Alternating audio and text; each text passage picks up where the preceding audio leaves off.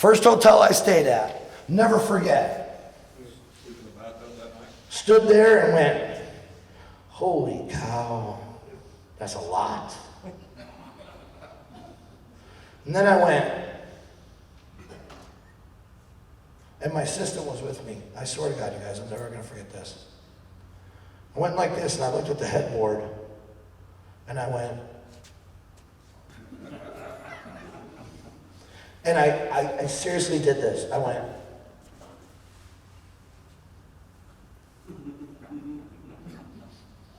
trying to figure out how you would make handprints that way. And I went like this, and I was like, oh my Lord. And then I went like this. And I just stood there and I said, that's impressive. It was fun. But here's the thing. An idea popped into my head and I thought, wow, I wonder if this will work. So I started teaching departments how to use blue lights. Not to solve a crime. I don't think solving a crime is all that hard. I think anybody can do it. I really do. My wife gets mad at me. I don't know if you're one of these people. When you watch TV, you get that 1.2 hours with your wife every month, and you actually sit down and watch a television show because you finally agreed on something, and it's a crime show, or it has something to do with your job, and you sit there and you don't shut up, and finally she goes, this is why we don't watch TV together. I'm like that with CSI. Every time that show comes on now, it's the same joke, because I'm old enough that I can tell the same joke all the time and get away with it. And every time that show comes on, I go, the Indian did it. It's because they always find seminal fluid. 3, 4, it's almost half the room got it. But I have been teaching departments how to use these lights a different way. The rule that I used when I started writing programs on infectious disease control for forensic lights was that I can see things with these lights. I didn't know anything about forensics, and I still don't know a lot. What I know is what the lights will do for me when it comes to infectious disease control. And so here's the rule. I don't need to use this light like somebody in Chris's world or somebody at the medical examiner's office or with crime scene investigators. I don't need to know that that's semen or that's this or that's this or that's this. If I use this light and there is something all over the ceiling of my Motel 6, here's what I can say. That shouldn't be there. Whatever that is, if I point it at the bed and there's something on the bed, I don't want to go, oh, thank God it's not semen. I don't care what it is. I just know it doesn't belong there. And that's how I started using them. I'm going to show you. I went to an ambulance hall out in California. They have a lot of money in California. They spend a lot of money on those places. It's crazy. This guy, and Chris, you were with me, because you took these pictures, didn't you? This guy flat out said, I think you're wasting your time. This is one of the cleanest ambulance halls you'll ever find. I make my guys clean this place 4 times a day. He said, but do your thing. So we turned off the lights, I hit my light, and his tone changed, just like that. And then I said, do you wear those shoes home to your kid? And he didn't say a word the rest of the night.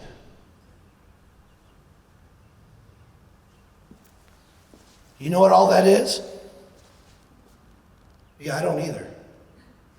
But I know it shouldn't be on there. And I'll bet you it's on his carpet at home too. And because I know what he does for a living, I know I wouldn't want it on my carpet. But that's all right. We went and looked in the ambulance. And what we found was that it was relatively clean, and I want you to pay attention to how nice and shiny clean it was. But we found that in the handle and inside of all the rivets, there was places where they weren't getting to with their cleaners and when they were wiping things out. And so I was able to start showing them how maybe they could do a better job of cleaning. Because while I don't know what that is, I know what that's used for. And I know that that doesn't belong there. Well, all of his crew was there when we were doing this. This is when things started going south. Because it wasn't just the other people, it was this stuff. I did a training at the International EMS Conference a couple of years ago, and it was great because you had all these EMTs, and we were looking at all of these pictures, and I had all of these glass slides laying out, huge slides. And I had feces, urine, dope, and none of it was labeled, and they were all in there with these blue lights. And I was teaching them that I don't care what it is, it just shouldn't be there. And so what I had done was I'd had somebody else clean all of the slides. Then we were inspecting them, and none of them were cleaned completely. So there was residual on every last one of them. So I had feces, then I had urine, and I had dope, and then there was this one that it was just like dots all over it. And these EMTs were over here going, oh, and then I'd flip the card, blood, and they'd be like, feces, urine, sneeze, and they'd all go, dude, you do that all the time. They didn't give a rat's ass about all the other stuff. But what they were doing to each other completely grossed these EMTs out. Because they were doing it in the cab of the ambulance on each other. That microphone was nasty, and it was inside of the mic. You'd see it through the little holes with the blue light. But then we start getting into laziness because this is the seat belt right here on the jump seat in his ambulance. You see how clean it looks. But then we got in here and they hadn't hardly cleaned it all. And when he saw this, he turned around and looked at his guy and he goes, why are you not wiping back here when you clean? And the guy said, well, my hand doesn't fit back there. And somebody else said, what is it? And somebody else said, I don't care, it just doesn't belong there. It could get me sick, so let's get it out of there. And they're starting to catch on.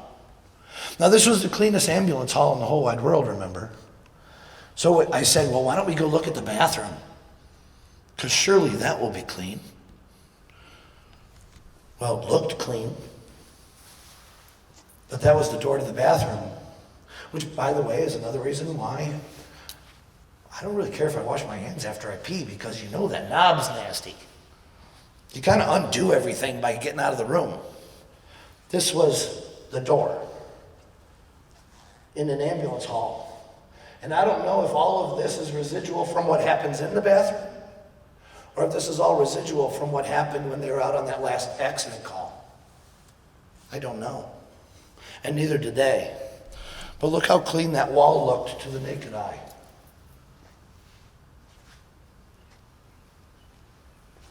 It's almost lunch, guys. We're almost there. It's not just ambulance halls, though. That was completely wiped down, and then we inspected it. You know where you are in this picture, right? Standing in the stall. You're not even trying at that point, right there. You're not even facing the right way. This is why truck stops hang their ad on the wall. It's for people this stupid, so that they can read and at least get close. Here's a fun one.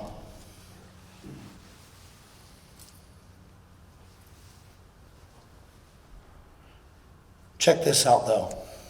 MRSA can stay alive on a mop head for 8 weeks. 9 weeks on a towel, 203 days on a sheet. Somewhere in the middle of that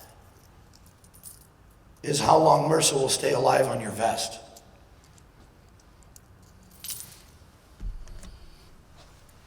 Most recent studies show that Ebola stays alive up to 5 days in dry blood and 14 days in wet blood.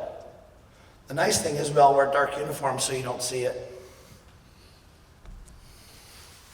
Looks clean, doesn't it? I mean, it really does. But it's not.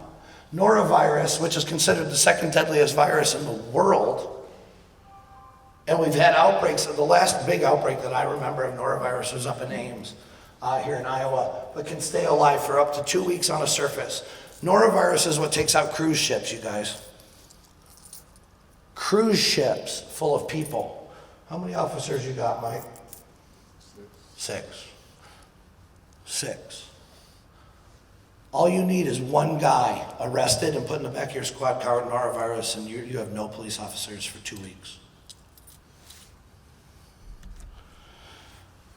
Surfaces can get contaminated with norovirus if an infected person touches the surface with their bare hands that have feces or vomit particles on them, or they vomit or have diarrhea that splatters onto a surface, which has never happened in a squad car, thankfully. All viruses have the potential to live on hard surfaces, so don't think just because the back seat's not upholstered that you're safe. Metal, plastic, longer than on fabrics and other soft surfaces. In fact, infectious flu viruses can survive on tissues for only about 15 minutes, but can stay alive up to 6 to 8 weeks on the hard seat in the back of a squad car. Viruses also tend to live longer in areas with low temperatures, low humidity, and low sunlight, like the inside of an air-conditioned squad car with tinted windows.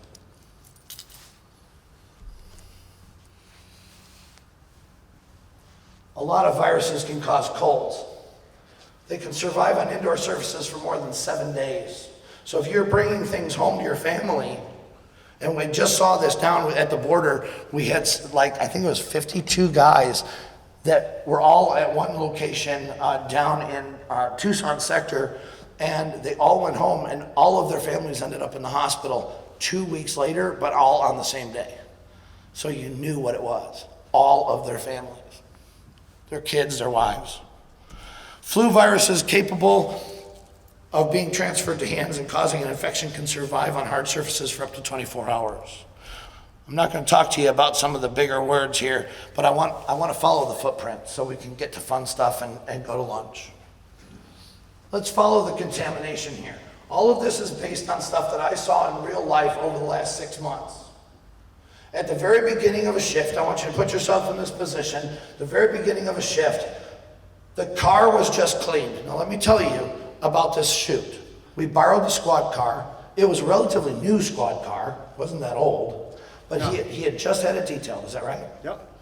So he was proud of that. He said, I had this thing cleaned a few days ago. Yep. I did a very good job of cleaning it. And it did. It looked slick. It did. It was an unmarked squad car, and it was spotless.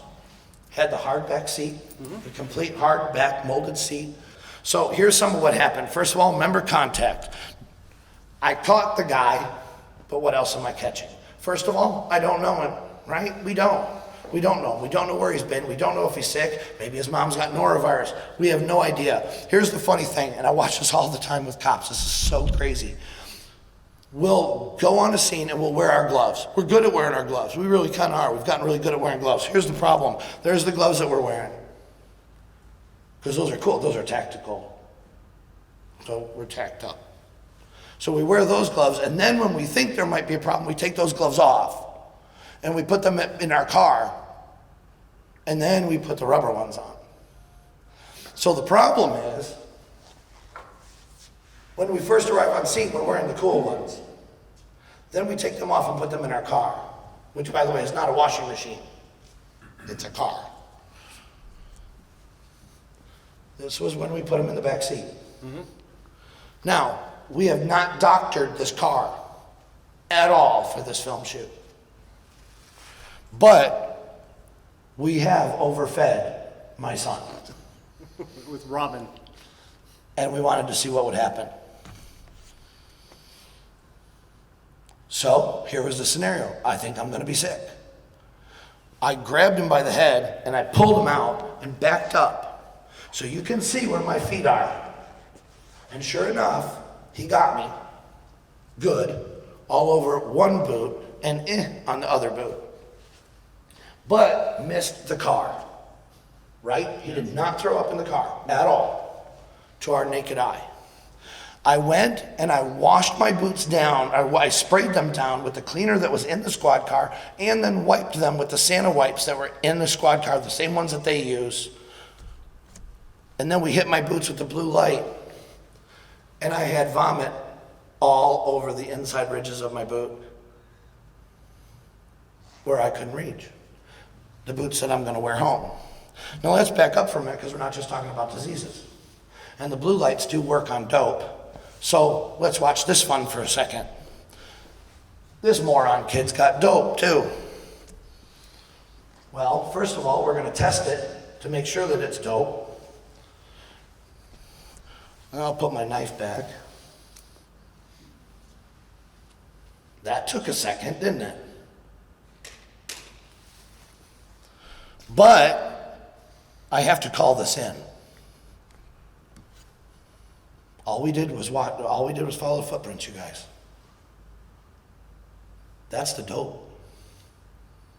That was airborne enough that it got on the gloves that I was wearing when I touched the mic. But it gets better because I had to see with my flashlight.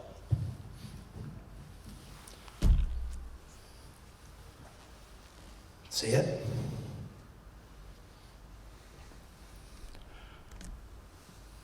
Then I put my flashlight away. But I didn't get in the car, did I? I didn't get in the car. This is how the car was given to us.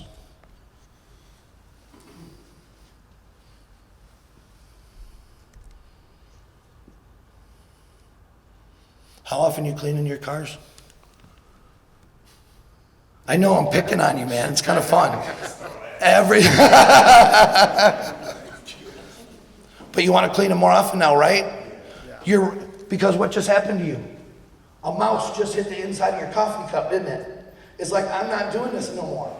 I am not drinking coffee the same way, no more. We are not doing this every 3 months crap. Because look at because I don't know what that is, but I know it doesn't belong in there.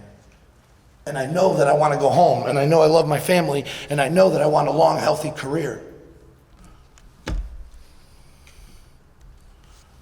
Now, you want to tell them the story of this? So we went into the back seat, started shooting in the back seat to see what we could find. And there was, as you can see in the left photo, you can't really see anything. On casual glance, you're like, okay, that looks clean. There might be a little bit. And then on the right side, then we start seeing where he wiped it down. That's the track of the rag and the cleaner where he wiped it down. But then this photo, it's hard to see, but right up in here, there's paw prints of a dog. And we're like, oh yeah, you had a dog in your car. And he's like, what? We're like, yeah, you had a dog in your car. He's like, yeah, that was last week. And you're like, you cleaned after that. He's like, yeah. It's like, there they were, dog prints all over the back of the seat. He thought that thing had all been cleaned off. It's still there. Some of this is just in how we do it. We get lazy. And we didn't see the dog prints with the visual eye. No, you couldn't see any of it. No. But because it's like, oh God, I got to wipe out the seat, you can see that. You see what he did. And he knew he was supplying a car for a shoot, so he knew he detailed the hell out of that thing so that it was good. We did this with that fire department. They knew we were coming, so they cleaned everything, you know. And it was so funny. Square surfaces, none of the corners. They wiped this way on square surfaces, so all of the corners, they left stuff. He had done the same thing with the squad car. Not the door handles, the back of the mirror.